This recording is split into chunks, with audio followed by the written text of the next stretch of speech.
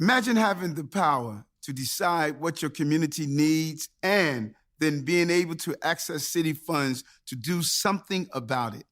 In New York City, you have that power. From now until June 25th, all New York City residents ages 11 and older, regardless of immigration status, can vote on how to spend $5 million of our city's budget. That's Mayor Adams telling New Yorkers that, for the first time ever, voting is open for something really exciting. It's not people on the ballot.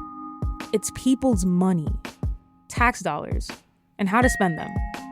Right now, it's not often you hear these words. $5 million up for grabs. Here to help us understand what's going on and how to participate is our very own program assistant, Bianca Martinez. Hi, Sabrina. Hey, Bianca. So, Bianca, you're a high school senior about to graduate. Congrats, by the way. Thanks, yeah. And normally, people in your shoes, graduating high school, turning 18, are just beginning to think about voting. That's right. As a new 18-year-old, I'm excited to vote in my first presidential election in the fall of 2024. But turns out, I don't have to wait that long. In fact, New Yorkers as young as 11 have the chance to vote right now, as we speak, in the People's Money Initiative. All right, this sounds really cool. I'm ready to learn more. Today on PS Weekly, we're giving you the scoop on a vote that may not be headlining newspapers, but one with lots of potential impact on our communities. Bianca, take it away.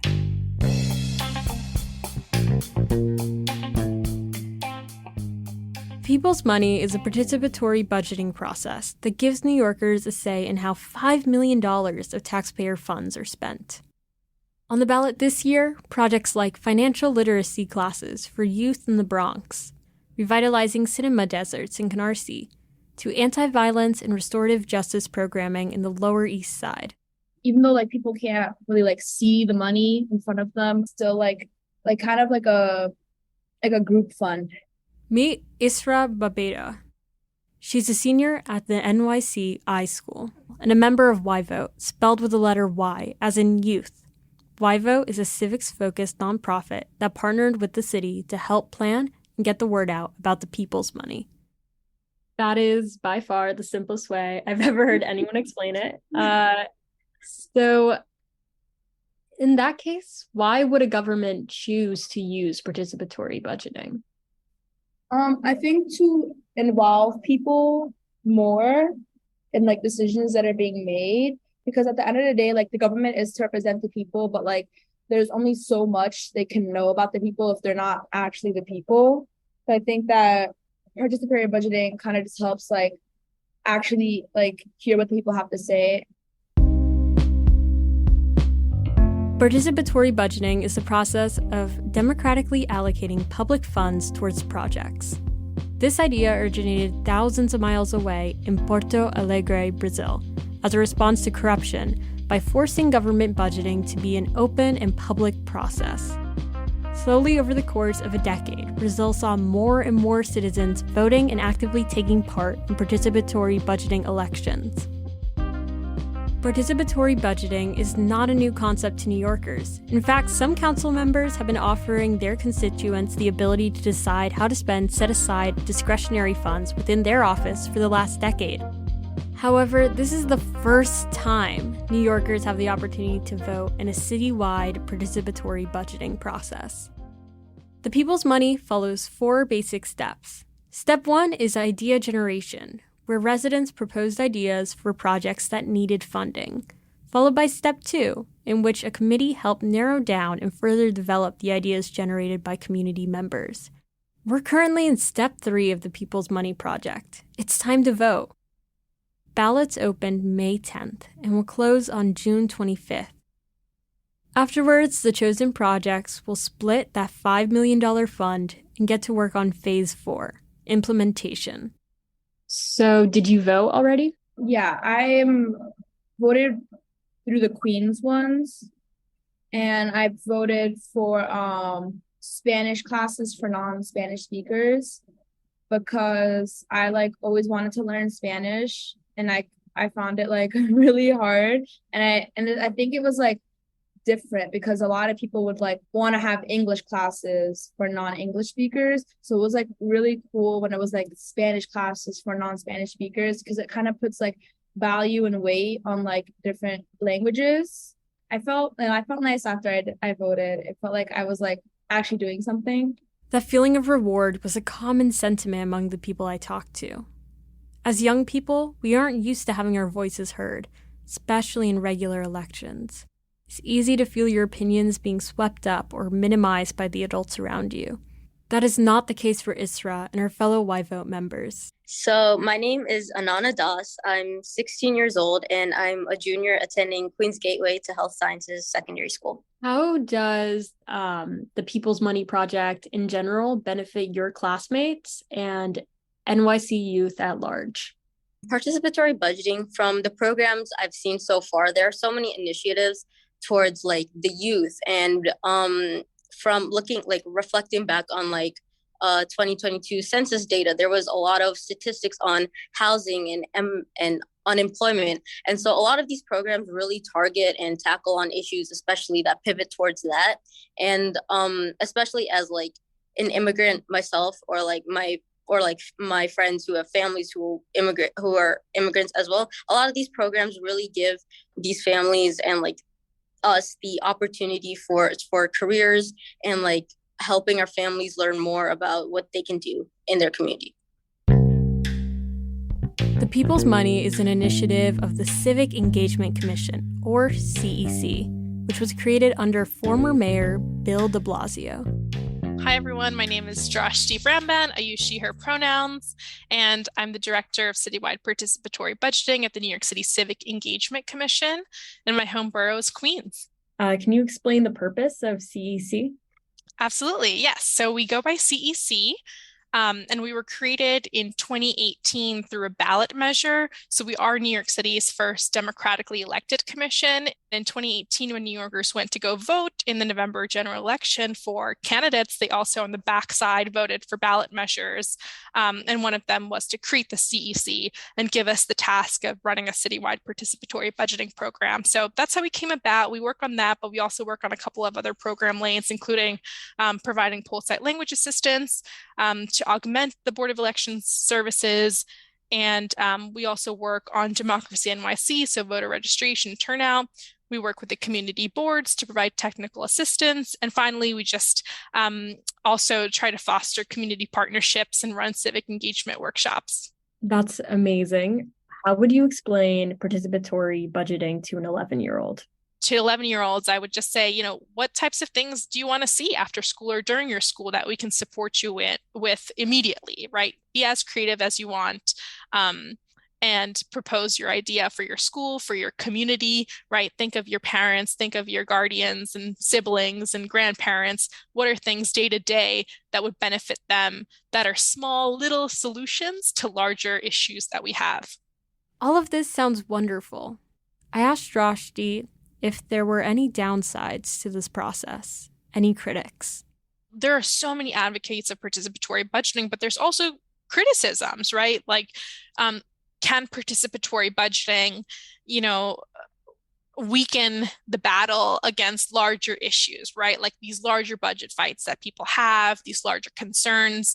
I don't think so. I don't think it's mutually exclusive. Like you can advocate for huge policy reform at the same time as proposing expense projects, small scale solutions. So for example, let's say if someone's key issue was to get more funding for public schools in New York City, you can still hold that belief and you can work towards it actively.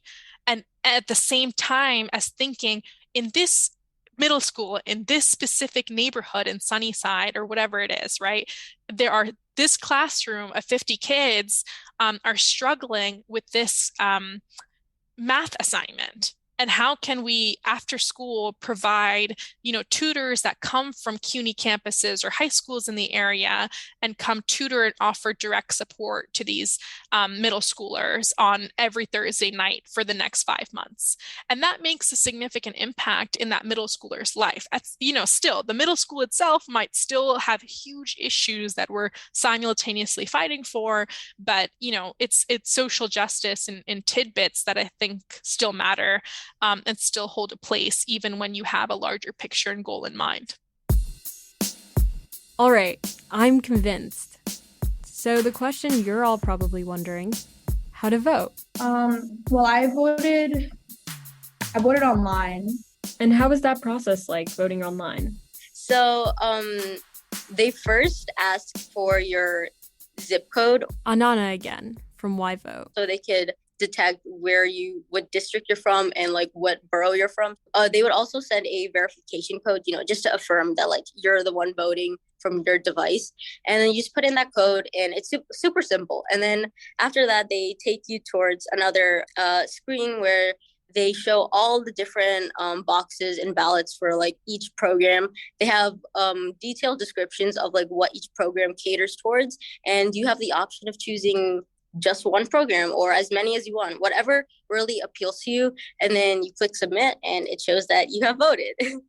To vote online, all you have to do is go to participate.nyc.gov. Voting opened on May 10th and will stay open until June 25th. The ballot varies based on your zip code. You can also vote in person at sites all over the city. As a first-time voter, I wanted the real experience. So after locating my closest voting site on participate.nyc.gov, I decided to take advantage of the nice weather and walk to my nearest polling site, the Carroll Gardens branch of the Brooklyn Public Library.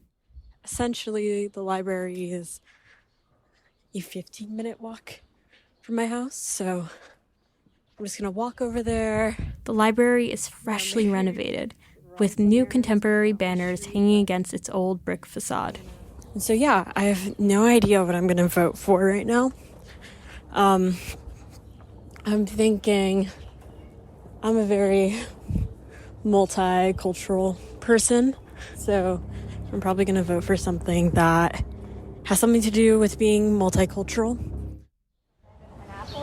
So, okay, it's open.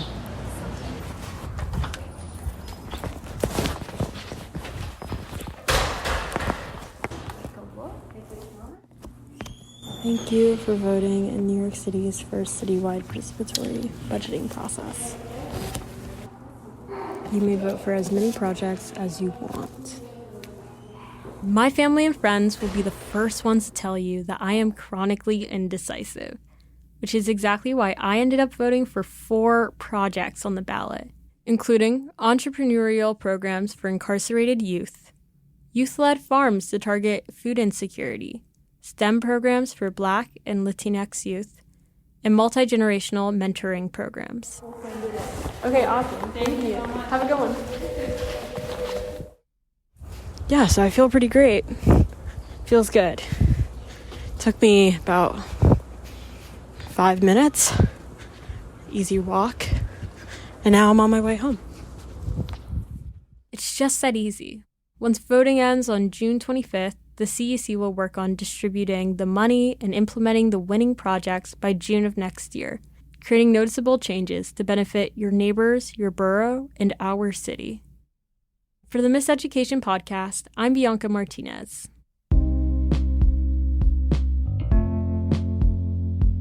To find out your nearest in-person voting location or to cast your vote online, visit participate.nyc.gov. Listeners, before you leave, I've got some exciting news to share. The Miseducation podcast reporters are very close to finishing our next season. It's called Questioning the Status Quo, and you'll be able to listen to it right here in the podcast feed in a couple weeks. Our students are bringing you fresh takes on education issues that we've come to take for granted. Why does school start so early? And why is school lunch so bad? And how come there's not a standardized sex ed curriculum?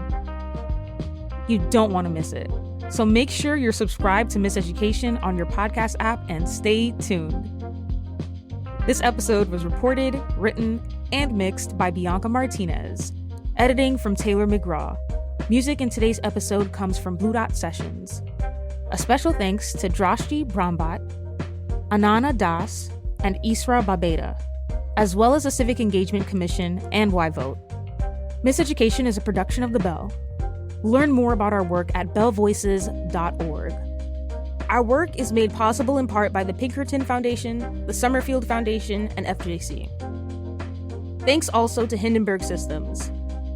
I'm Sabrina Duquesne. Thanks for listening, and don't forget to vote.